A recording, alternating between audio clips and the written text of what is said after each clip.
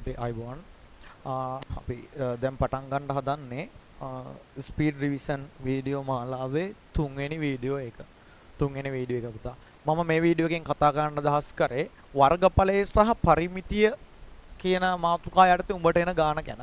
රචනා ගානක් කරනවා පුතා වැටෙන්නේ ව්‍යුහගත රචනා පේපරයට. ඒතර ව්‍යුහගත රචනා පේපරය කියන්නේ ෆස්ට් පේපර් එකේ B කොටස. ෆස්ට් පේපර් එකේ B කොටස. B කොටස තමයි ව්‍යුහගත රචනා පේපරේ. ව්‍යුහගත රචනා පේපරේට තමයි පුතේ වර්ගඵලය සහ පරිමිතිය කියන ඒකක වලින් ගාන වැටෙන්නේ. ඒතර වර්ගඵලය සහ පරිමිතිය කියන දෙන්නම එකට සම්බන්ධ කරලා තමයි පුතේ මේ ගාන ඔබට හම්බෙන්නේ.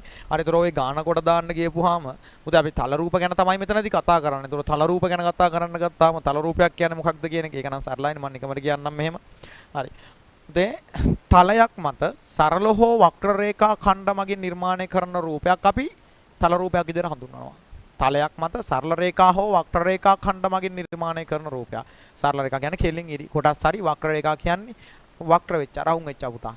ඉරි කොටස් මගින් නිර්මාණය වෙච්චි රූප සටහනක් අපි තල රූපයක් විදිහට හඳුන්වනවා. ඒතකොට තලයක් කියන්නේ සමතල පෘෂ්ඨයක් උදේ. ඒතකොට සමතල පෘෂ්ඨයක් මත තමයි ඔය සරල රේඛා හෝ වක්‍ර රේඛා ඛණ්ඩ මගින් ඔය රූපේ නිර්මාණය වෙලා ඉන්න ඕනි. හරි දැන් එහෙම ගත්තොත් එහෙනම් පුතා තල රූප වලට ඇති වෙනකම් ගන්න පුළුවන්. හැබැයි පුතේ මේ පාඩමේදී මේ කොටසේදී පුතේ තල රූප ගොඩක් ගැන අපි කතා කරන්නේ නැහැ. ඔය හැම තල රූපයක් ගැනම කතා කරන්නේ නැහැ පුතා. මේ වර්ගඵලය සහ පරිමිතිය කියන්නේ පුතා මාර ලේසියෙන්ම ලකුණු 10ම අල්ලන්න පුළුවන්. ඕන්න මේක ලකුණු 10 අල්ලන්න පුළුවන් ගාණක්. වර්ගඵලය සහ පරිමිතිය කියලා කියන්නේ. හැබැයි පුතා අර පොඩ්ඩක් තියරි අමතක වෙන සීන්න හරමේ හින්දා අමතක වෙලා තියෙන කට්ටියට එහෙම ওই ගාන චුට්ටක් පැටලෙන්න පුළුවන්. හරි ඒ පැටලෙලි ටික අරගමු පුතේ. ආයි කොහොමද නැවත මුලින්දා තියරි ටිකත් එක මතක් කරලා දෙන්නම්. වර්ගඵලය සහ පරිමිතිය කියන ගානේ. හරි පුතේ වර්ගඵලය සහ පරිමිතිය ගාන වටනවා කිව්ව ව්‍යුහගත රචනා පේපරේනේ. හරි පුතේ ওই ගාන ගැන කතා කරන්න ගත්තාම දැන් තල රූප ගැන අපි කතා තල රූප ගැන තමයි මේ ගාන හැදෙන්නේ පුතා. තල රූප වලින් තමයි තල රූප වල තමයි පරිමිතිය ගන්න එක. ඒ වගේම තමයි වර්ගඵලය ගන්න කරන්නේ පුතා මේ තල රූප වල. ඒතර තල රූප විදියට මෙතනින් පුතේ අපි ගන්න තල රූප ගොඩක් නැහැ.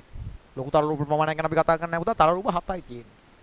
හරිද? තල රූප 7කට මේ ගාන කොටු වෙලා ඉන්නේ. ඒක තමයි මේකගේ තියෙන අනිත් වාසිය. මේ ගානේ තියෙන අනිත් වාසිය පුතා මේ ගාන තල රූප 7කට කොටු වෙලා තියෙන්නේ පුතා. එතකොට උඹට ගාන එනවනම් පුතා අනිවාර්යෙන් දැන් මම මේ කතා කරන තල රූප වලින් මොකක් හරි තල රූප කීපයක් එකට සම්බන්ධ කරලා තමයි පුතා ගාන දෙන්නේ. හරි. එතකොට උතන මේ කතා කරන ওই තල රූප 7 මම වෙන්ගෙන් වශයෙන් චුට්ටක් ඒ කට්ටියගේ වර්ගඵලය වෙන සමීකරණත් එක මතක් කරලා දෙන්නම්. හරි. පුතේ එක තල රූපයක් තමයි සමචතුරාස්‍රය. නම් කරන ලද නිශ්චිත හැඩයක් සහිත තල රූපයක් පුතා. සමචතුරාස්‍රය. සමචතුරාස්‍රය කියන්නේ ඔබ දන්නා පුතා. පාද හතරම දිගින් සමාන වෙන පාද හතර දිගින් සමාන ඔන්න ඔය වගේ චතුරාස්‍රයකට පුතේ අපි සමචතුරාස්‍රයක් කියලා කියනවා. ඒතකොට සමචතුරාස්‍රය තමයි පළවෙනි තල රූපේ මම මෙතනදී ගන්න. මේකගේ නම සමචතුරාස්‍රය. නම සමචතුරාස්‍රය. සමචතුරාස්‍රය. සමචතුරාස්‍රය. තියරි ටික මම මුලින් මතක් කරනවා. තියරි ටික හරියට උරු දා ගන්න. හරි පුතේ සමචතුරාස්‍රය. ඒතර සමචතුරාස්‍රය ගත්තාම සමචතුරාස්‍රයේ පාද හතර දිගින් සමාන ඒකනේ මේකගේ තියෙන විශේෂම ලක්ෂණේ. ඒතර පුතේ සමචතුරාස්‍රයේ වර්ගඵලය වෙන සමීකරණේ. සමචතුරාස්‍රයේ වර්ගඵලය කෙටියෙන් දාන්න වර්ගඵලයේ සමානයි දිග ගුණ කිරීම පළල. දිග ගුණ කිරීම පළල කියන සමීකරණය පාවිච්චි කරලා පුතා අපිට සමචතුරාස්‍රයක වර්ගඵලය හොයාගන්න පුළුවන්. දිග ගුණ කිරීම පළල. දිග ගුණ කිරීම පළල. පුතා ඕක පැත්තක දිගේ වර්ගය කියලාත් ගන්නවා. ඒකට හේතුව මේකේ දිග පළල සමාන හින්දා දිග ගුණ කිරීම පළල පුතා. මේ උන් දෙන්නයි ගුණිතයෙන් අපිට සමචතුරාස්‍රයේ වර්ගඵලය හොයා ගන්න පුළුවන්. සමචතුරාස්‍රයේ වර්ගඵලය පුතා හොයා ගන්න පුළුවන්. මේ උන් දෙන්න ගුණ කරලා දැම්මනම් මේක x කියලා ගන්න. මේකත් x කියලා ගත්තොත් එහෙම පුතා. මේ සමචතුරාස්‍රය නම් x ගුණ කිරීම x කියන්නේ උගේ වර්ගඵලය එන්න ඕනි. ඒතර මේක තමයි වර්ගඵලය වෙන සමීකරණය පුතා. x ගුණ කිරීම x කියලා කියන්නේ x ගුණ කිරීම x කියලා කියන්නේ පුතා x ගේ වර්ගය. ඒතකොට x ගේ වර්ගය පුතා. පැත්තක දිගේ වර්ගය විදිහට ඔය සමීකරණ අපිට ඉදිරිපත් කරන්න පුළුවන්. හැබැයි එහෙම පාඩම් කරගන්න එපා. ඔබ දිග ගුණ කිරීම පළල කියන එක ඔළුවේ තියාගන්න. මොකද ඊළඟට කතා කරන්න යන ඍජුකෝණාශ්‍රය සමීකරණයත් ඕකම තමයි. ඍජුකෝණාශ්‍රය සමීකරණයත් ඕකම තමයි පුතා. හරි. ඒතර ඍජුකෝණාශ්‍රය මම සලකන්න. ඍජුකෝණාශ්‍රය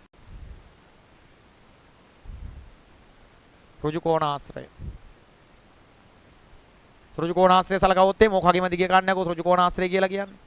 ඍජුකෝණාශ්‍රය. පුතේ ඍජුකෝණාශ්‍රයත් වර්ගඵලය වෙන සමීකරණේ දිග ගුණ කිරීම පළලම තමයි. ඍජුකෝණාශ්‍රයත් වර්ගඵලය වෙන සමීකරණේ පුතා දිග ගුණ කිරීම පළලම තමයි. ඒකගේ දිග මම x කියලා අරගෙන පළල y කියලා ගත්තොත් එහෙම පුතා මේක සමාන වෙන්නේ නැහැ කියන එක ඔබ දන්නවා. සමාන වෙන්නේ නැහැ දිගයි පළලයි. මොකද ඍජුකෝණාශ්‍රය පුතා. හරි. දිග කියන එක අරකට වඩා අනිවාර්යෙන් වැඩි.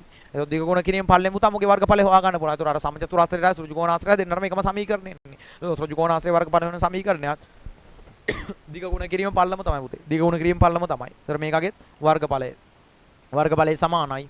දිග ගුණ කිරීම පල්ල. දිග ගුණ කිරීම පල්ල කියන සමීකරණය පාවිච්චි කරලා අපිට සොට්ටු කෝණාශ්‍රයේ වර්ගඵලය හොයා ගන්න පුළුවන්. මේ සමීකරණ ටික අනිවාර්යයෙන්ම ඔබගේ ඔළුවේ තියෙන්න ඕනේ. ඒකයි මම නැවත මතක් කිරීමක් කරන්නේ. හරි. උදා වර්ගඵලය හොයන විදිහනේ මම කිව්වේ දැන් පරිමිතිය කියන්නේ. පරිමිතිය කියන්නේ ඔක්කොම වඩා ලේසි කිව්වා. පරිමිතිය කියන්නේ තල රූපයක වටේ දිග. පරිමිතිය කියන්නේ පුතා තල රූපයක වටේ දිග. මෙරික. හරි. පුතා පරිමිතිය කියලා කියන්නේ තල රූපයක වටේ දිග. ඒතකොට මොන තල රූපේ වුණත් පුතා එකගේ පරිමිතිය උඹට හොයපන් කියලා කිව්වොත් එහෙම එකගේ වටේ දිග හොයන එකයි තියෙන්නේ. හරි. ඒතකොට තල රූපයේ වට වෙලා තියෙන සරල රේඛා ඛණ්ඩවල මුළු දිග තමයි පුතා අපි පරිමිතිය විදිහට හඳුනනවා. දැන් මේකයි පරිමිතිය ඔබගෙන් අහුවොත් එහෙම මේක වටේ ඵලයන් පුතා වටේ දිග හොයපන්.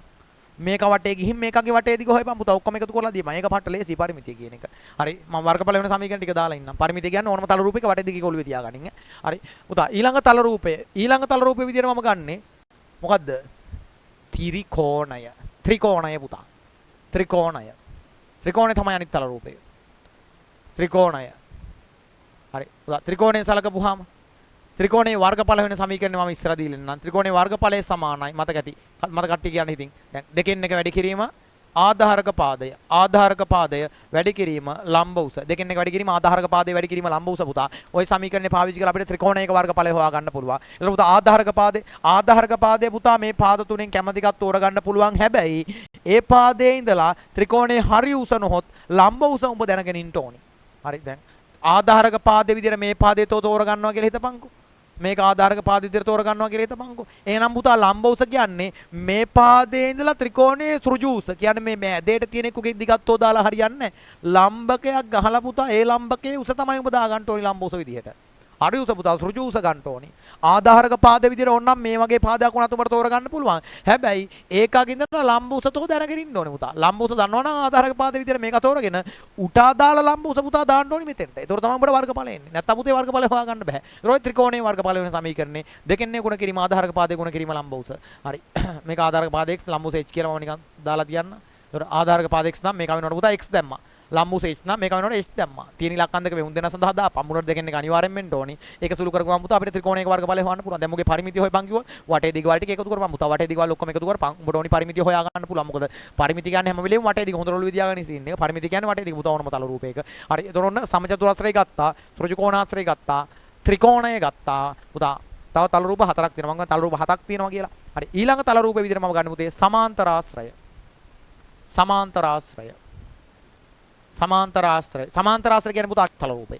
දැන් සමාන්තරාශ්‍රයක් ගත්තොත් එහෙම සම්මුඛ පාද සමාන හා සමාන්තර චතුරාශ්‍රය තමයි පුතා සමාන්තරාශ්‍රය විදිහට අපි හඳුන්වන්නේ. හරි. මෙන්න මේකයි අකෝ. මේ ඔන්න පුතා ඩයල් එක. සමාන්තරාශ්‍රය. එතකොට මේකගේ සම්මුඛ පාද සමාන වෙනවා. ඒ වගේම සමාන්තර වෙනවා. සමාන හා සමාන්තර වෙනවා. මේ දෙන්නත් ඒ වගේම තමයි පුතා සමාන්තර වෙනවා. ඒ වගේම පුතා ඔවුන් සමානත් වෙනවා. පුතේ සමාන්තරාශ්‍රයේ වර්ගඵලය හොයන සමීකරණේ. සමාන්තරාශ්‍රයේ වර්ගඵලය සමානයි. පුතේ සමාන්තරාශ්‍රයේ වර්ගඵලය හොයන සමීකරණේ ආධාරක පාදයේ ගුණ කිරීම ලම්බ උස. ලම්බ උස කියන්නේ ඍජු උස. ඒක හොඳට ඔළුවේ තියාගනින්. ආධාරක පාදයේ ගුණ කිරීම ලම්බ උස. ආධාරක පාදයේ ගුණ කිරීම ලම්බ උස. ලව්. අපා ගුණ කිරීම ලව්. හරි පුතා ආධාරක පාදයේ විදිහට ඔබ මේක ගන්නවා නම් අනිවාර්යෙන්ම ඒ පාදයේ සිට මුගේ ඍජු උසතෝ දැනගෙන ඉන්න ඕනේ. ආධාරක පාදයේ විදිහට මූ ගන්නවා නම් ඒකගේ ඉඳලා මේකගේ ඍජු උසතෝ දැනගෙන ඉන්න ඕනේ. හරි කෙලින් උස පුතා. ලම්බ උසතෝ දැනගෙන ඉන්න ඕනේ. එහෙම දන්නවනම් මූ ආධාරක පාදයේ විදිහට ගන්න පුළුවන්. මේක වුණත් ආධාරක පාදයේ කරගන්න පුළුවන්. ඒකේ ඉඳලා ත්‍රිකෝණයේ ඍජු උස උඹ දැනගෙන ඉන්න ඕනේ. මේ පාදයේ ඉඳලා ත්‍රිකෝණයේ ඍජු උස උඹ දැනගෙන ඉන්න ඕනේ පුතා. ලම්බකයක් ඇදලා තියෙනවා. ලම්බ උස අනිවාර්යෙන්ම උඹ දැනගෙන ඉන්න ඕනේ පුතා. එහෙම දන්නවනම් මේක ආධාරක පාදයේ විදිහට තෝරගන්න පුළුවන්. සිද්ධි හරියට ඔළුවේ තියාගනින්. ඕනම පාදයක් ආධාරක පාදයේ කරගන්න පුළුවන්. ඒකකින් ඉඳලා ලම්බ උසතෝ දන්නවනම්. හරි එහෙනම් උදා ඔන්න සමාන්තරාශ්‍රය වර්ගඵල වෙන සමීකරණ ආධාරක පාදයේ ගුණ කිරීම ලම්බ උස.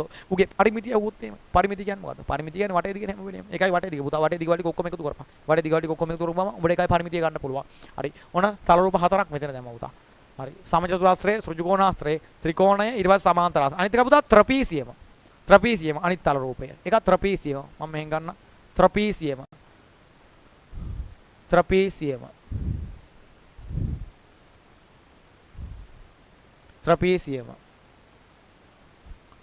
පුතා. ත්‍රපීසියම තමයි අනිත් තල රූපේ. ත්‍රපීසියම තියෙන පුතා එකම එක අවශ්‍යතාවය. ඒක චතුරාශ්‍රයක් පාද හතරක් තියෙනවා.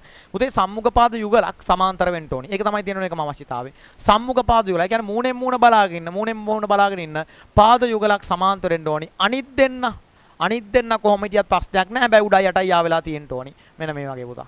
මේ ඔන්න ඔය වගේ උඩයි යටයි යා වෙලා තියෙන්න ඕනි. සමහර විට මේ දෙන සමාන වෙන්නත් පුළුවන්, අසමාන වෙන්නත් පුළුවන්. ඒ දෙන ගැන පුතා තැකීමක් කරන්න නැහැ ත්‍රපීසියමේ තියෙන එකම අවශ්‍යතාවය සම්මුඛ පාද යුගලක් සමාන්තර වෙන්න ඕන එක. මේ දෙන සමාන්තරයි නම් පුතා මේ චතුරස්‍රය අපිට ත්‍රපීසියම කියන නමින් හඳුනන්න පුළුවන්. ත්‍රපීසියම කියන නමින් හඳුනන්න පුළුවන් පුතා. ත්‍රපීසියමේ වර්ගඵලය වෙන සමීකරණය.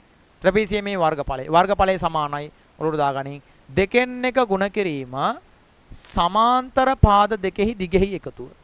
සමාන්තර පාද දෙකෙහි දිගෙහි එකතුව.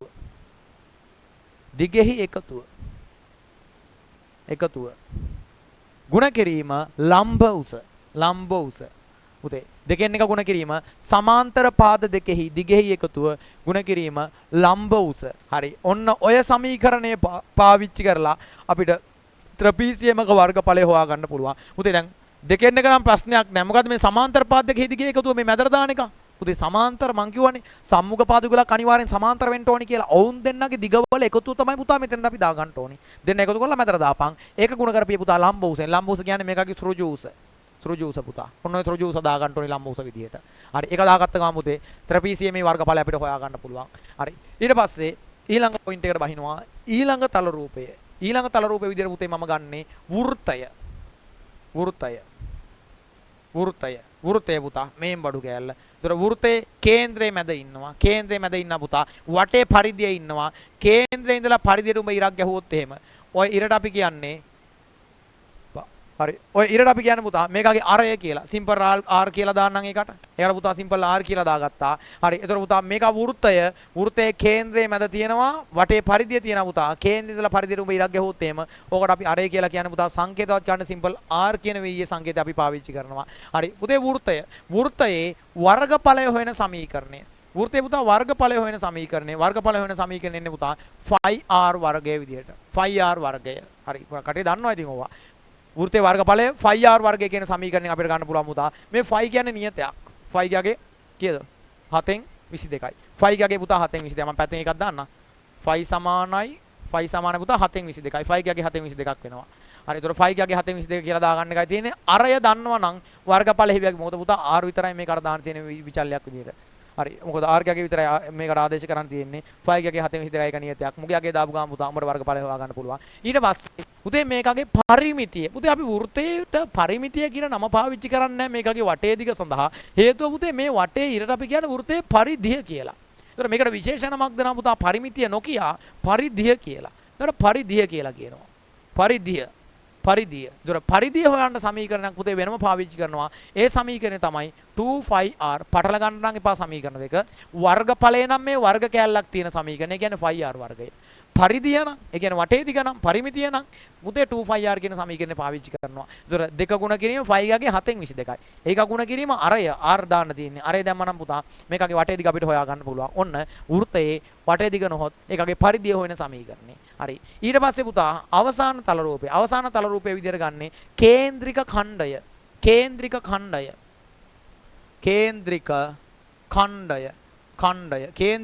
පුතා. කේන්ද්‍රික ඛණ්ඩය විදියට හඳුන්වන්නේ වෘත්තයකින් කොටසක් පුතේ අරයන් දෙකක් ඔස්සේ වෙන් කරගත් කොටසක්. වෘත්තයක අරයන් දෙකක් ඔස්සේ වෙන් කරගත් කොටසක් තමයි අපි කේන්ද්‍රික ඛණ්ඩයක් විදියට හඳුන්වන්නේ. ඔන්න පුතා කේන්ද්‍රික ඛණ්ඩය. කේන්ද්‍රික ඛණ්ඩයක පුතා මෙතන තියෙන්නේ කේන්ද්‍රය මම ඕක කියලා දාන්නම්. වෘත්තය අරන් මෙතන හිටපු කේන්ද්‍රය තමයි උතන තියෙන්නේ. අරයන් දෙකක් ඔස්සේ වෙන් වෙන්න ඕනේ පුතා ඕක. අරයන් දෙකක් ඔස්සේ කැලලක් වෙන් කරලා ගත්තොත් දෙක එතකොට පුතා උඹට නිර්මාණය වෙන්නේ කේන්ද්‍රික ඛණ්ඩය. ඒතර කේන්ද්‍රික ඛණ්ඩයේ විශාලත්වය අඩු වැඩි වීම සිද්ධ වෙන්න පුළුවන්. මේකගේ මෙතන තියෙන කේන්ද්‍ර කෝණය අනුව පුතා. ඒතර කේන්ද්‍ර කෝණයගේ වෙනස් වෙන්න පුළුවන් පුතා. දැන් මේක මම θීටා කියලා දාගන්න. හරි. කේන්ද්‍ර කෝණය θීටා කියලා දාගන්න පුතා. ඒතර කේන්ද්‍ර කෝණය අඩු වෙන්නත් පුළුවන් වැඩි වෙන්නත් පුළුවන්. ඒතර කේන්ද්‍ර කෝණය අනුව පුතා කේන්ද්‍රික ඛණ්ඩයක විශාලත්වය තීරණය වෙනවා. හරි කො බලන්න පුතේ. හරි. කවුද කේන්ද්‍රික ඛණ්ඩය? කේන්ද්‍රික ඛණ්ඩයක පුතා කේන්ද්‍රික ඛණ්ඩයක් විතර අපි හඳුන්වන්නේ වෘත්තයක අරයන් දෙකක් ඔස්සේ වෙන් කරගන්න කොටසක්. ඒතර අරයන් දෙකක් ඔස්සේ වෙන් කරගත්ත මේවා කියලා කේන්ද්‍රික ඛණ්ඩයක් විතර හඳුන්වනවා. ඒතර කේන්ද්‍රික ඛණ්ඩයේ විශාලත්වය පුතේ රඳාපවතින්නේ කේන්ද්‍ර කෝණය මත. මෙතන කේන්ද්‍ර කෝණය පුතා කේන්ද්‍ර කෝණය විශාල වෙනවා නම් කේන්ද්‍රික ඛණ්ඩය විශාල වෙනවා. කේන්ද්‍ර කෝණය කුඩා වෙනවා නම් කේන්ද්‍රික ඛණ්ඩය පුතා කුඩා වෙනවා. ඒතර මේ කේන්ද්‍රික ඛණ්ඩයක වර්ගඵලය පුතේ කේන්ද්‍රික ඛණ්ඩයක වර්ගඵලය හොයන සමීකරණය. කේන්ද්‍රීය ඛණ්ඩයක වර්ගඵලය හොයන සමීකරණය පුතා හැදෙන්නේ අර සම්පූර්ණ වෘත්තයේ වර්ගඵලය හොයන සමීකරණයේ ආධාරයෙන්ම තමයි. ඒකගෙම පුතා බිඳිලා එන්නේ කේන්ද්‍රීය ඛණ්ඩයේ වර්ගඵලය හොයන සමීකරණය. ඒතර වෘත්තයේ වර්ගඵලය හොයපු සමීකරණේ ෆයි වර්ගය වුණා පුතා. කේන්ද්‍රික ඛණ්ඩයක් නම් ඔය සමීකරණයම අගට සෙට් වෙනවා θ බෙදීම 360 කියලා කොටසක්. හරි ඒතර වර්ගඵලය සමානයි. ෆයි වර්ගය වර්ගයේ වැඩි කිරීම θ බෙදීම 360 සෙට් වෙනවා අගට. ඒතකොට θ බෙදීම 360 දාන්න හේතුව තමයි ඕක මගින් පුතා කියවෙන්නේ වෘත්තයකින් කොච්චර කොටසක්ද කියන එක. මේ θ සඳහා උඹ ආදේශ කරගන්න ඕනි මුගේ කේන්ද්‍ර කෝණය. මං කිව්වා කේන්ද්‍ර කෝණය පුතා කේන්ද්‍ර කණ්ඩයට වෙනස් වෙනවා. හරිද වෙනස් වෙන්න පුළුවන් පුතා කේන්ද්‍ර කෝණය. මොකද කේන්ද්‍ර කෝණයවත් තමයි මේකගේ විශාලත්වය රඳා පවතින්නේ. කේන්ද්‍ර කෝණයගේ තමයි පුතා උඩට යට තියෙන පුතා 360. ඒ කියන්නේ පුතා මේ සම්පූර්ණ වෘත්තයේම මේ සම්පූර්ණ කෝණය පුතා ඒ කියන්නේ අචල ලක්ෂ්‍ය වටේ තියෙන මේ සම්පූර්ණ කෝණය තමයි අර කේන්ද්‍රය වටේ තියෙන සම්පූර්ණ කෝණය තමයි අංශික 360 විදිහට දාලා තියෙන්නේ.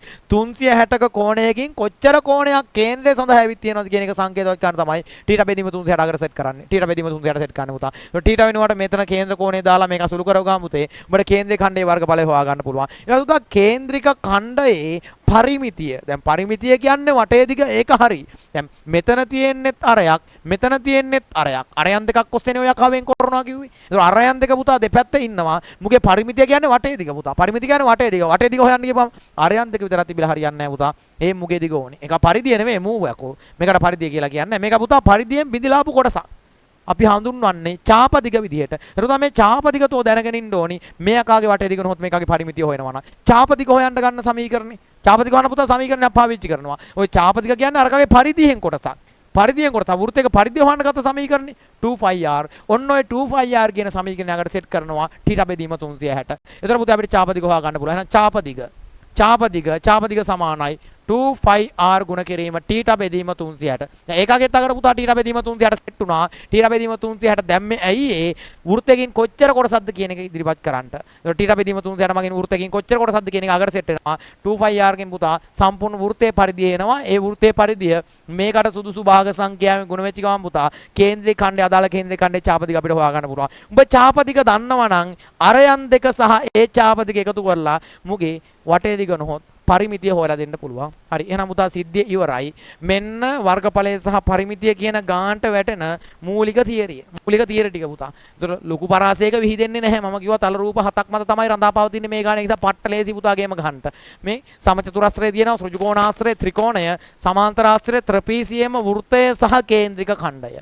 හරි. ඒතර පුතා මෙවුන් සෙට් එකේ සමීකරණ ටිකත් අනිවාර්යෙන් කටපාඩම් කරලා තියාගනින්. මොකද ලේසියෙන් ගහන්න පුළුවන් ගේම් එකක් ඈ. අනිවාර්යෙන් ලකුණු 10 අල්ලන්න පුළුවන් පුතේ වර්ගඵලය සහ පරිමිතිය ගන්නට. හරි. එහෙනම් ඔය සිද්ධිරික ඔළුවේ තියාගනින්. ඒතර වැදගත් නෝට් එකක් පුතේ මේක නෝට් කරගන්න ඕන නම් කොහේ හරි දාගන්න පුතා වීඩියෝ එක ස්ටොප් කරලා. හරි. නෝට් එක කටපාඩම් කරන්න. ඉතින් දැන් ඔය ටික අනිවාර්යෙන් පාඩමේ තියෙන්න ඕනේ ඈ. පාඩමේ මේ නෝට් මතකේ තියෙන්න ඕනේ පුතා. මතක නැතිව පුතා ඒ සමීකරණ අනිවාර්යෙන් පාඩම් කරලා තියාගන්න. මොකද ඔය ගාන අනිවාර්යෙන් කොට දාන්න ඕනි ගාන. හරි. පුතේ එහෙනම් එතනින් එහාට ගැටලු විසඳන විදිහ කතා කරන්න මම බහිනා පුතා විභාග ගානකට.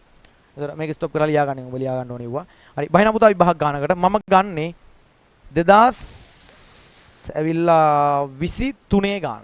2023 ගාන ගන්නට යන්නේ. ඒතර 23 පාස් පේපර්ස් පොත් ළඟ තියෙන උන් 2023 ගාන ගනි. 2023 ගාන පෙරලා ගනින්. හරි. නැති කට්ටියට පුතා මම වීඩියෝ එකේ පැත්තකින් ඩිස්ප්ලේ කරන්නම් ගාන. එතනින් බලා ගනින්. වෙන ඩිවයිස් එකක් ළඟ තියෙනවා නම් අර කලින් කිව්වා වගේ පුතා ගාන ස්ක්‍රීන්ෂොට් එකක් හරි ඒ ඩිවයිස් එකට දාගෙන පුතා ගාන බලා ගනින් ඈ. නැත්තම් ගාන එක පාරක් විතරක් බැලුවාට පුතා ගාන හදන වෙලාවේ තේරුම් ගන්න අමාරු වෙන මොනවද කියන්නේ කියන එක. අනිවාර්යෙන් ගාන ළඟට සෙට් කරගනින්. ගාන සාකච්ඡා කරන්න ගන්න කලින්. හරි. පුතේ මම බහිනවා 2023 ගානට 2023 ව්‍යුහගත රචනා පේපරේ 23 ව්‍යුහගත රචනා පේපරේ දෙවනි ගානට අවිලා තියෙන්නේ වර්ගඵලය සහ පරිමිතිය කියන කොටස. පරිමිතිය කියන ගාන වර්ගඵලය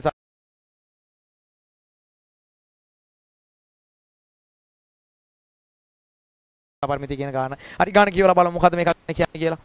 මු කියනවා රූපයේ දැක්වෙන්නේ ABC ත්‍රිජුකෝණී ත්‍රිකෝණාකාර බිම් කොටසකින් හා කේන්ද්‍රයේ කෝණයේ අංශක 90ක් වූ ACD කේන්ද්‍රික ඛණ්ඩයක ආකාරයෙන් යුත් බිම් කොටසකින් සමන්විත එළවලු පාත්‍යයක කියලා කියන පුතා. එළවලු පාත්‍යයක් දීලා තියෙන්නේ ඔබට ඔය ගානේ. එළවලු පාත්‍යයක දල සටහනක්. හරි උඩින් බලනකොට පුතා ඒක පේන විදිය දීලා තියෙන්නේ. හරි මම රූප සටහන අරන් ඉන්නම් බෝඩ් එකට පුතා. ඒකේ කේන්ද්‍රික ඛණ්ඩයකුත් ඉන්නවා ත්‍රිකෝණයකුත් ඉන්නවා. හරි අවධානයෙන් ඉන්නකෝ හැමෝම. කේන්ද්‍රික ඛණ්ඩයකුත් ඉන්නවා පුතා ත්‍රිකෝණයකුත් ඉන්නවා. හරි බලයින්ට රූපේ ගන්න.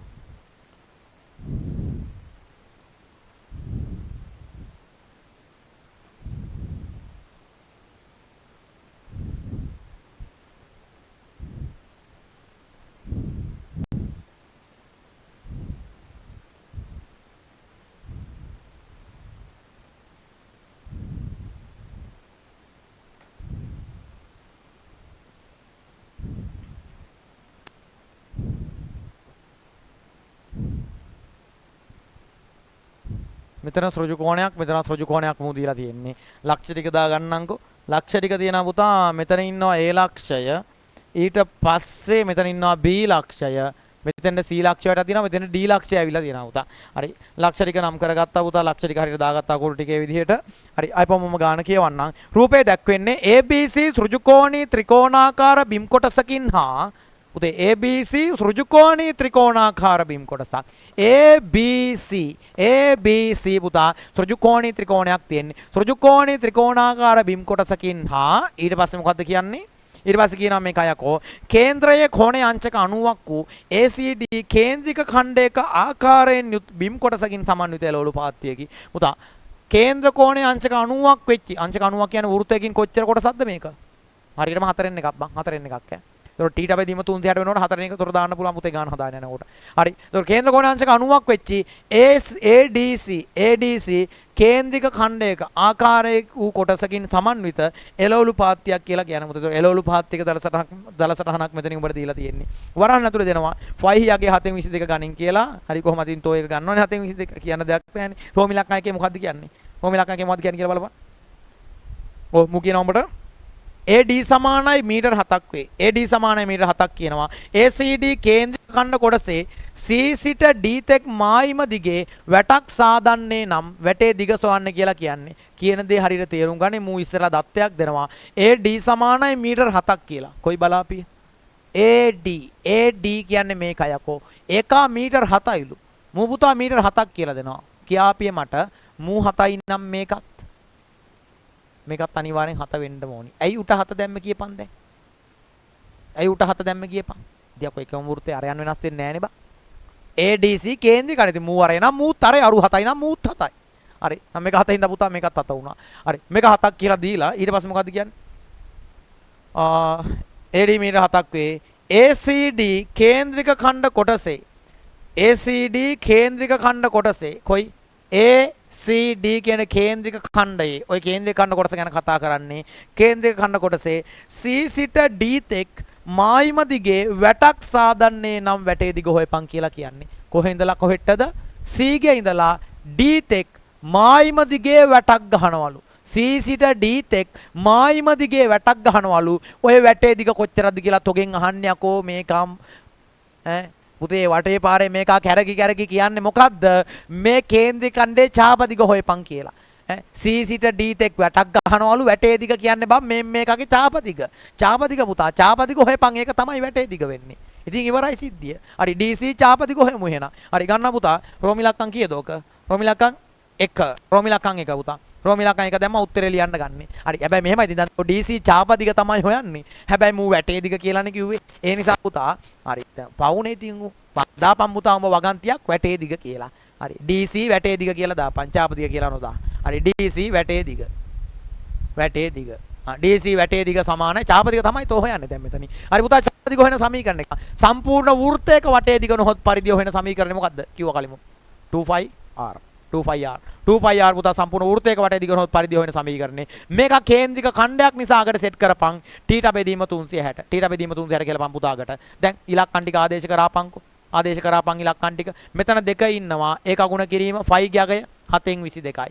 ඒක ගුණ කිරීම අරය දුන්නා යකෝ මේක දුන්නා ඒක 7ක් කියලා. අරය 7ක් වෙනවා. ඌ ගුණ කිරීම ටීට බෙදීම 360 පුතේ. ටීට වෙනුවට කෝණය දැම්මොත් උඹ දාන්න ඕනේ අංශක 90. ටීට වෙනුවට කෝණය දැම්මොත් උඹ දාන්න ඕනේ අංශක 90. වරෙන්කෝ මේ පැත්තට අංශක 90. යට එතකොට සෙට් වෙන්නේ 360ක් නේ. හරි මම කියන්න හදන්නේ පුතා මේක ටීට බෙදීම 360 අංශක 90 දාන්න නැතුව කෙලින්ම භාග සංඛ්‍යාව දාපන් 4න් එක එන්නේ බලපන්කෝ නැද්ද කියලා. ඈ දැන් උන්න බලපන්කෝ ටීට වෙනුවට 90 දාලා යට 360 දාපුවාම මේක උඩ යට කැපිච්චාම මොකක්ද දෙන්නේ? බිඳුවර බිඳුව කැපිලා යනවා. 9ට 9 1යි යකෝ 36ට හරියටම 9 වරක් 4යි තියෙන්නේ. බලපන් 4න් එක නෙන්නේ. එහෙනම් බොරුවට ලොටන්න එපා යකෝ අංශක 90 දාගෙන කෙලින්ම ගලපන් 4න් එක.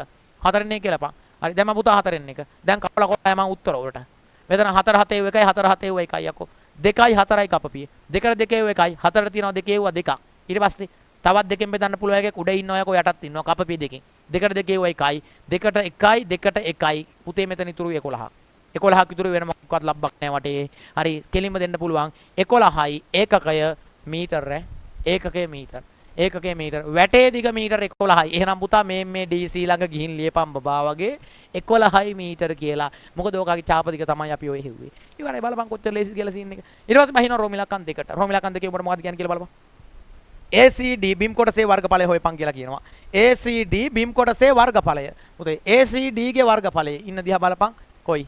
ACD කියන්නේ කේන්ද්‍රීය ඛණ්ඩය තමයි. උගේ වර්ගඵලය හොයපන් කියලා කියනවා. කේන්ද්‍රීය ඛණ්ඩේ ඡාප දිග හෙව්වා. දැන් උගේ වර්ගඵලය හොයපියේ. හරි පුතා වර්ගඵලය හොයන්න බහිනවා එහෙනම්. හරි බලගන්න මේටරලා. කො ACD ගේ වර්ගඵලය රෝමිලක්කන් 2.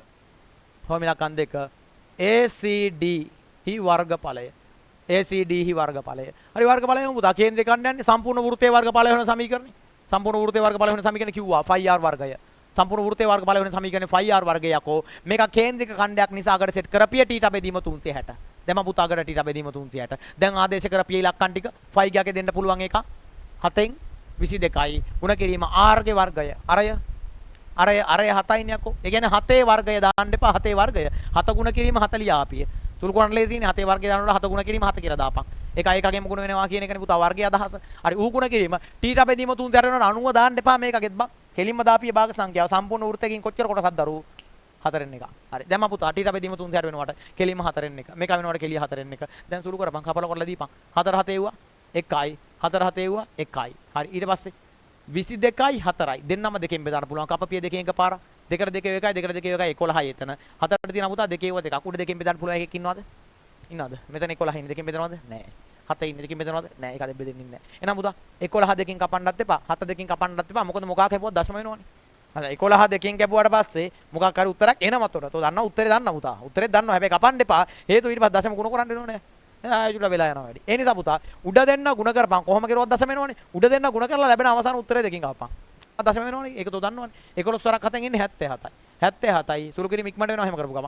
බෙදුවා දෙකකින්. දැන් කපපන් පුතා දෙකකින්. දශම වෙනවා අනිවාර්යෙන්. දෙකට දෙක එව්වා 1යි. 4 දෙක එව්වා 4 ළඟට තියෙනවා දෙවරක්. 3ක්. දෙවරක් 3 6යි 4 බැලුවේ යකෝ තව කීයක් තුරුද?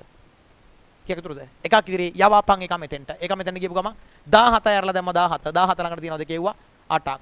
දෙවරක් 8 16යි 17ට බැලුවේ තව ඉතුරුයි එකක්. එකක් ඉදිරි ඒක අරගෙන මෙහි ඉලක්කම් ඉන්නවද? නෑ පුතා. එහෙ ඉලක්කම් නෑ. එහෙනම් තියාපිය දශම තිත. ඉතුරු එකකට දාපන් හිතින් බින්දුවක් 10 වෙනවා. 10ට තියෙනවද කිව්වා? 5ක්. දෙවරක් පාරියටම 10යි වැඩේ කොට. අවසාන උත්තරේ පුතා 38.5ක් වෙනවා. 38.5යි වර්ගඵලය ගත්තේ ඒකකේ දාපන් හරියට.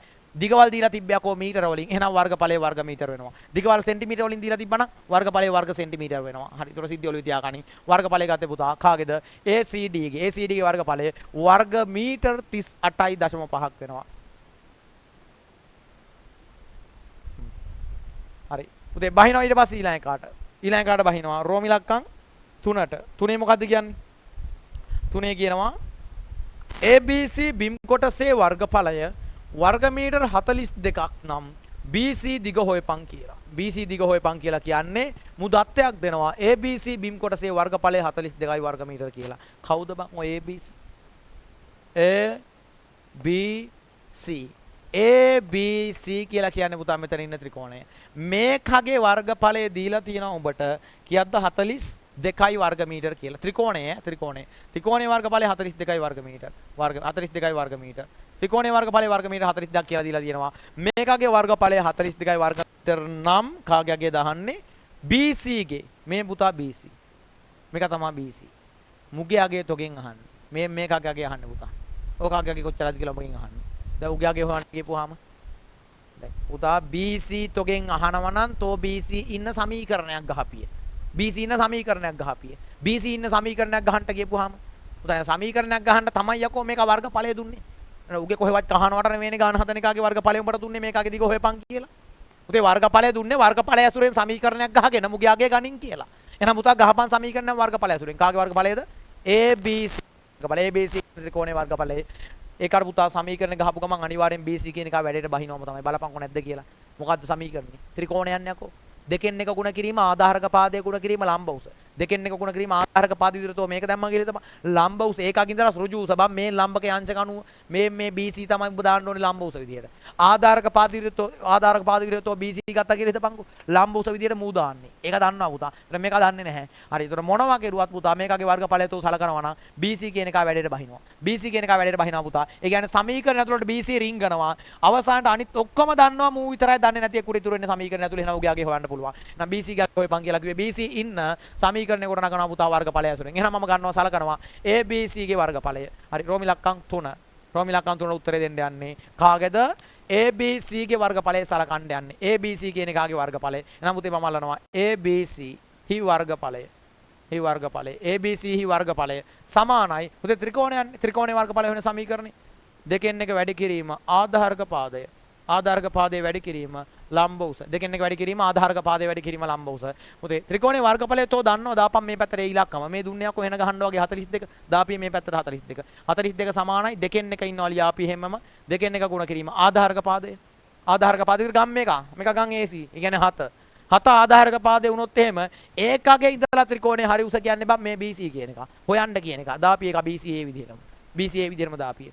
දැන් පුතා BC කියන එක ඒ විදිහටම. දැන් යකෝ සමීකරණ ඇතුලේ නොදන්න එකෙක් විදිහට BC විතරයි. උට උත්තරයක් ගත්තා කි පුතා. ඕක තනි වෙන්න අනිත් තියෙන රෙද්ද වල ටික ඔක්කොම එලවපන් එහා පැත්තට. එලවනවා පුතා එහා පැත්තට සමාන කියන ලකුණෙන්. ඉස්සරම යෝපිය මේ යට ඉන්න දෙකේ ඉලක්කම බෙදීමේ දෙක මෙහෙට ආපු ගමන් කෙලිම ගුණ කිරීමේ දෙකක් වෙනවා. එහෙනම් 42 ගුණ කිරීමේ දෙක 42 ගුණ කිරීම දෙක සමාන එහා පැත්ත 7 ගුණ කිරීම BC නේ ඉන්නේ. 7 ගුණ කිරීම BC නේ යකෝ ඉන්නේ. BC ට උත්තරයක් ඕන නම් ওই ගුණ කිරීමේ 7ත් මෙතනින් නැති කරලා දාපිය. ගුණ කිරීමේ 7 නැති වෙන්න නම් බෙදපිය 7ක්. බෙදුවා 7න් මෙහෙ බෙදලා දැම්ම පුතා 7න්. 4 7 කැපිලා යනවා. මේක ගුණ ගන්න එපා දෙකෙන්. මොකද කැපිලා යනවා. කැපිලා යනවා පුතේ ලස්සනට. හරි. BC ඉන්නවනේ. BC සමානයි කියලා මේ පැත්තෙන් හරියට උත්තරේ පුතා. කපපන්.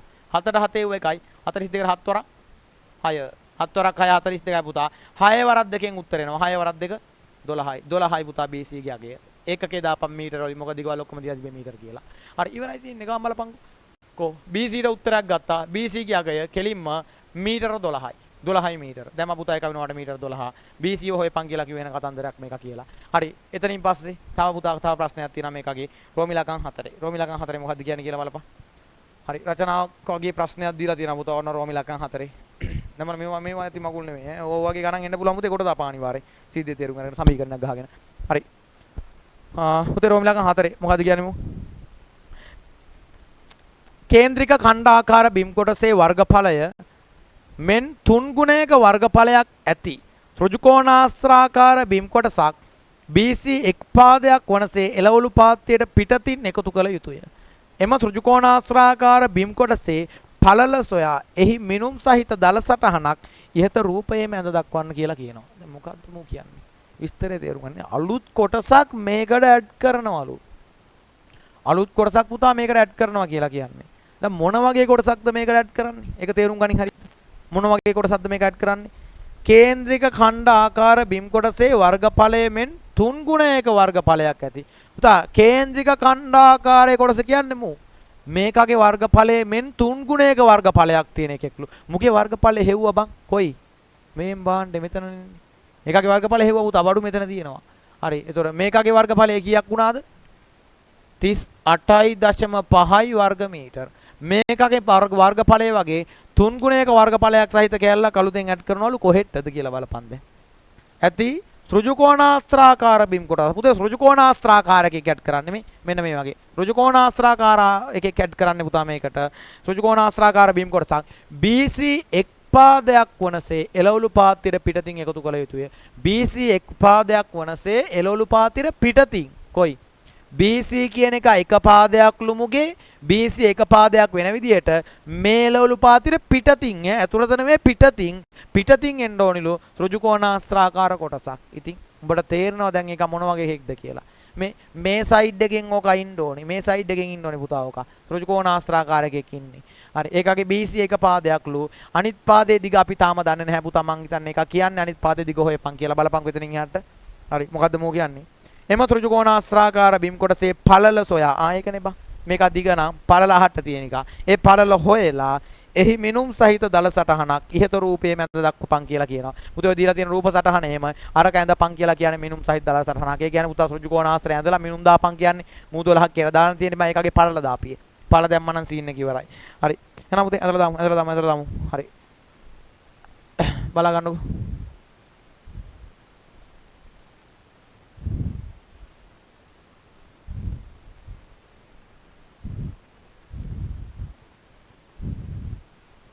බලා ගන්න මේටර්ලා.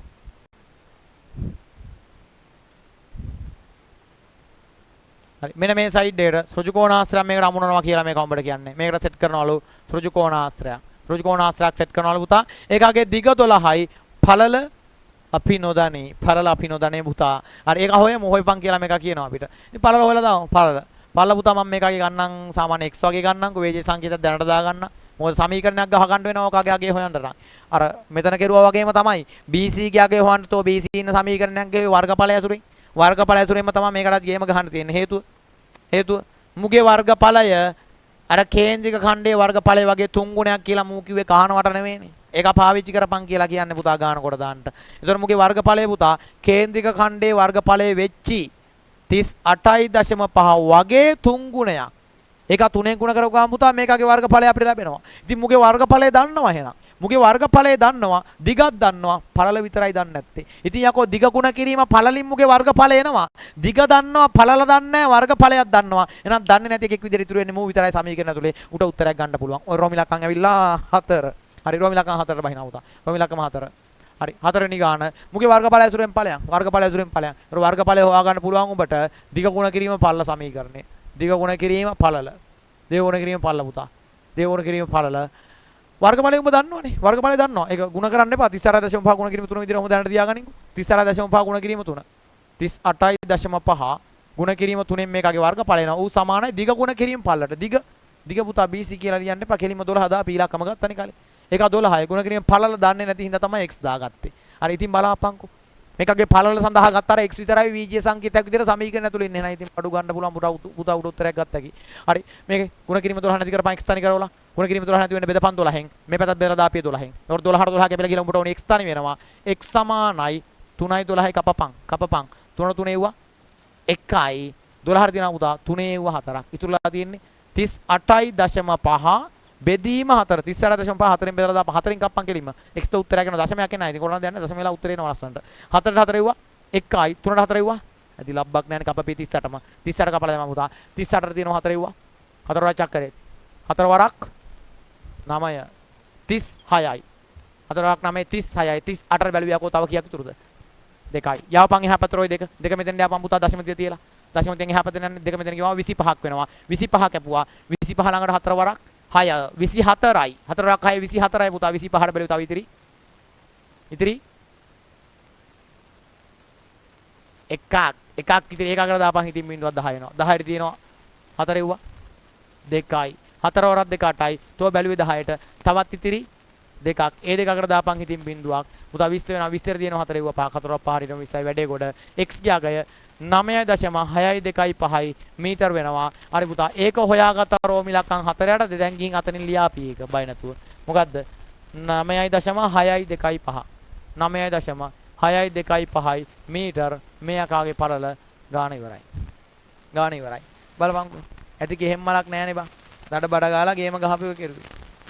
හරිද? සරලයි සුන්දරයි. සුකුමාලයි. හා. නෝට් එකක් දාගන්න ඕන නම් දාගනින්. මොකද බෝඩ් එකේ මකනවා.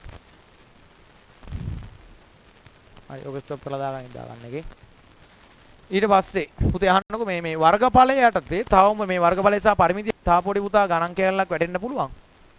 මීට අමතරව වෙන ගණන් කොටසක් වැඩෙන්න පුළුවන් පුතේ වෙන ගණනක් වැඩෙන්න පුළුවන් වෙනත් වර්ගික ගණනක්. ඒ ගණන් මම චුට්ටක් මෙතනින් කියලා දීලා මේක නම් එහෙම ගණනක් තිබ්බේ නැහැ. හරි මෙන්න මේ වගේ සීන් එකක්. මම නිකන් උදාහරණකින් කතා කරන්න ගන්නම්කෝ. හරි පුතේ මම උදාහරණයක් විදිහට මෙහෙම සලකන්නම්. බලගන්නකෝ. කවුද මෙතන ඉන්න මේ BC කියන එක සලකමන් පොඩ්ඩක් BC මායිමේ දිග මීටර 12ක් කියලා කලින් හෙව්වා පුතේ BC මායිම දිගේ හිතන්නකො මෙහෙම වැටක් ගහන්න ඕනේ කියලා BC මායිම දිගේ වැටක් ගහනවා කියලා හිතන්න BC මායිම දිගේ වැටක් ගහනවා දැන් වැටක් ගහනවා නම් සාමාන්‍යයෙන් වැටෙන්නේ නැත්තම් කණු හිටවන්න ඕනේ පුතා කණු හිටවනවා BC මායිම දිගේ වැටක් ගහන්න පුතා කණු හිටවන්නේ පුතා එක කණුවක් මේ වගේ තැනකින් තිබ්බා අනිත් කණුව මේ වගේ තැනක අනිත් කණුව මේ වගේ තැනක අනිත් කණුව මේ වගේ තැනක ඊළඟ කණුව ඒ වගේම තව චුට්ටක් ඉස්සරහින් හිටවනවා හරි ඔය කණු හිටවනකොට පුතා නිකන් අර ආතප්පාත නැතුව කණු හිටවන්නේ නැතුව සමාන පරතරයකින් යුතුව කණු හිටවගෙන යනවා කියලා හිතපන්කෝ. හරි දැන් මේකගේ දිග මීටර 12යි BC දිග මීටර 12යි. හරි පුතා මෙතන කණුවයි සමාන පරතරයක් අරගෙන එක පරතරයක් අරගෙන ඒ පරතරයෙන් මෙතනින් ගත්ත තව කණුවක් හිටවවුවා. ඒ පරතරයෙන් මෙතනින් ගත්ත තව කණුවක් හිටවවුවා. හරි ඔය ගන්න සමාන පරතරේ මම පුතා දාන්නම් මීටර 2ක් විතර කියලා. මීටර 2 පරතරයට පුතේ කණු හිටවනවා කියලා කියනවා BC මායිම දිගට. මීටර 2 පරතරයට වැටක් ගහන්න වැට කණු තමයි හිටවන්නේ පුතා. වැට ඉනි නැත්තම් වැට කණු හිටවන්නේ පුතා. වැටවල ගහන කණු හිටවන්නේ. හරි මීටර 2 පරතරයට තමයි පුතේ කණු ටික හිටවගෙන යනවා කියලා කියන්නේ. ඔය කතන්දරය කියලා උඹගෙන් අහන ප්‍රශ්නයක් BC මායිම දිගට හිටවන්න ඕනි මුළු කණු ප්‍රමාණය කීයක්ද කියලා. ඔන්න ඔය වගේ ප්‍රශ්නයක් උඹගෙන් අහන්න පුළුවන් පුතේ ඔය ගාන ඇතුලේ. හරිද? දැන් ඔය ප්‍රශ්නේ වැටෙනවා පුතා.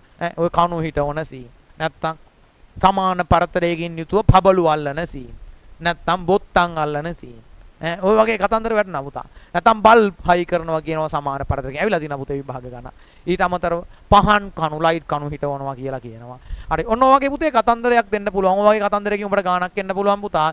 හරි. ඒතකොට ඒ ගණන් ඔක්කොම නිකන් අර පොදු තියරියක් තියෙන ගණන් ඔක්කොම. ගණන් ඔක්කොම පොදු තියරියක් තියෙන පුතා. සමාන පරතරයකින් යුතුව මොකෙක් හරි තියාගෙන ඉස්සරහට යනවා කියලා කියන්නේ. හරි සමාන පරතරයකින් යුතුව මොකෙක් හරි ඉස්සරහට තියාගෙන යනවා පුතා. අවසානට තියන්න ඕනේ මුළු ප්‍රමාණය කොච්චරද කියලා උඹගෙන් අහනවා. හරි ඔය ප්‍රශ්නෙට උත්තරේ දෙන්න. ඔය ප්‍රශ්නෙට උත්තරේ දෙන්න පුතා. දැන් ඔය සමාන පරතරේ පුතා මෙහෙමත් උඹට ගානේ දෙන්න පුළුවන්. අනුයාත පරතර කියලා.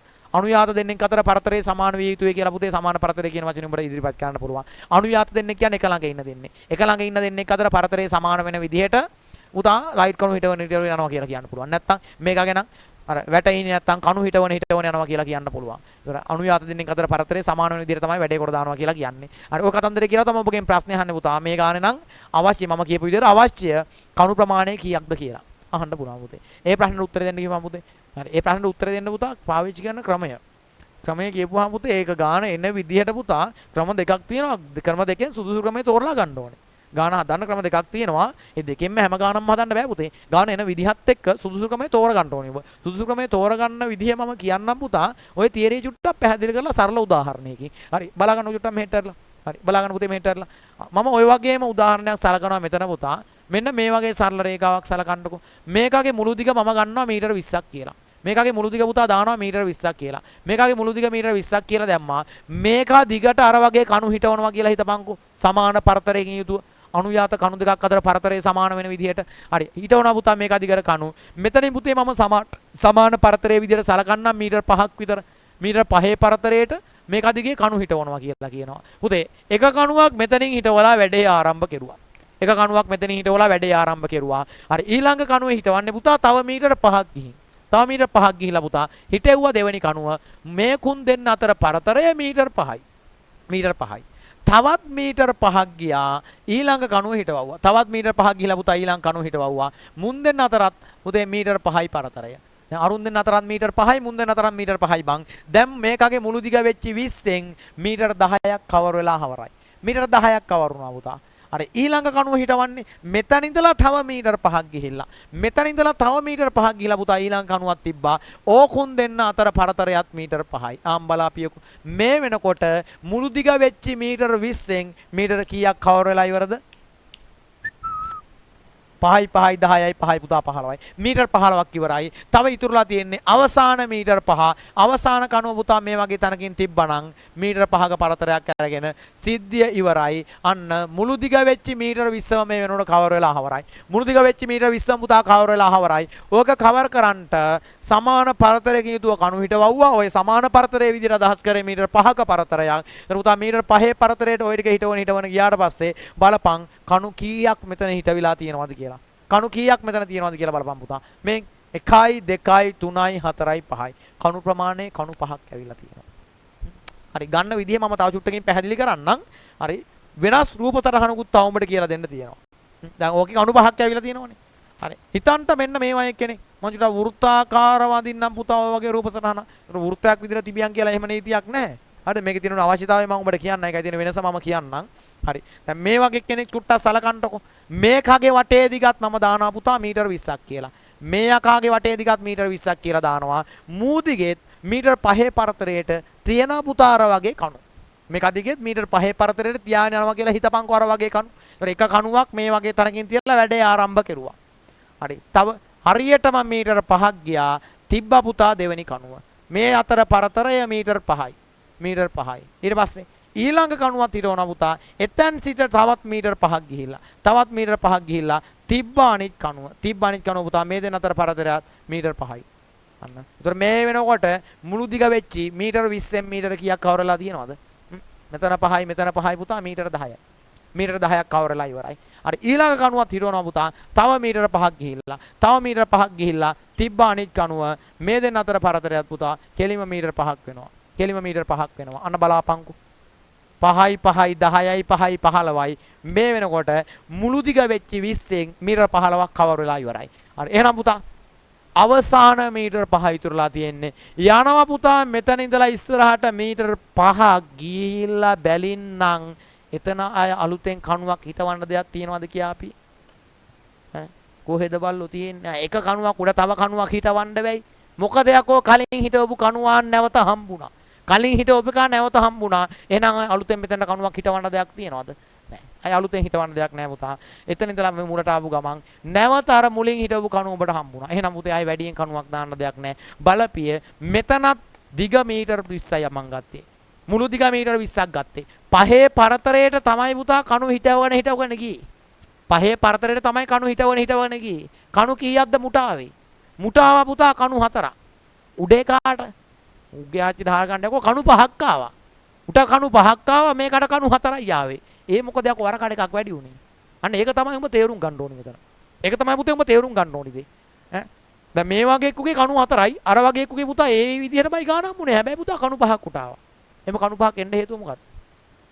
අරකට කණු 5ක් එන්න හේතුව තමයි පුතා. ඕක පටන් ගත්ත තැනින් ඉවරුනේ නැති හින්දා. ඕක පටන් ගත්ත තැනින් ඉවරුනේ නැහැ පුතේ. පටන් ගත්ත තැනින් ඉවරුනේ නැති හින්දා ඒකගේ කොනටත් කණුවක් හිටවන්න වුණා. ආන් ඒ කණුව තමයි වැඩිපුර ගියේ අරුට වඩා. මේ බලපන්කෝ මෙතනින් පටන්ගෙන ඕක ගිහිලා වෙන කොහෙන්වත් ඉවරුනේ. පටන් ගත්ත තැනින් ඉවරුනේ නැහැ. හොඳට ඔළුවේ තියාගන්න මම මේ කියන කතන්දර. ඕක සරල රේඛීයවම හිටපන් කියලා නීතියක් නැහැ. පටන් ගත්ත තැනින් ඉවර වෙලා නැත්තම් පුතේ අනිවාර්යෙන් අරකට වඩා වැඩිපුර කණුවක් යනවම තමයි. පටන් ගත්ත තැනින් ඉවර වෙලා නම් අර කොනේ කණු අරකගේ කොනේ හිටවපු කණු නැවත හිටවන්න දෙයක් තියනවද? නැහැ පුතා. මොකද අර මුල් කණුව හම්බ වෙනවනේ.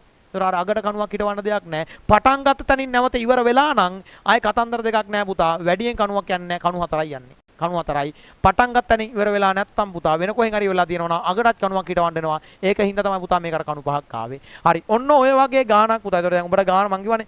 ගාන එන ස්වරූපය අනුව තමයි උඹ ක්‍රමයේ තෝරගන්න ඕනේ. එතකොට ඔය උත්තරේ මේ ගානේ 5 කියන ඉලක්කම ගන්නටත් මේ ගානේ 4 කියන ඉලක්කම ගන්නටත් පාවිච්චි ගන්න ඕනේ ක්‍රමය මොකද්ද? පුතා මෙහෙමයි කරන්න තියෙන්නේ. මේකේ මේ 4 කියන ඉලක්කම උඹට ලස්සනට ගන්න පුළුවන්. මේකගේ මුළු දිග වෙච්චි 20. අර පරතරය වෙච්චි 5න් බෙදුවා නම්. මුළු දිග වෙච්චි 20 මම කණු ගණන කියලා ගන්නම් පුතා. කණු ගණන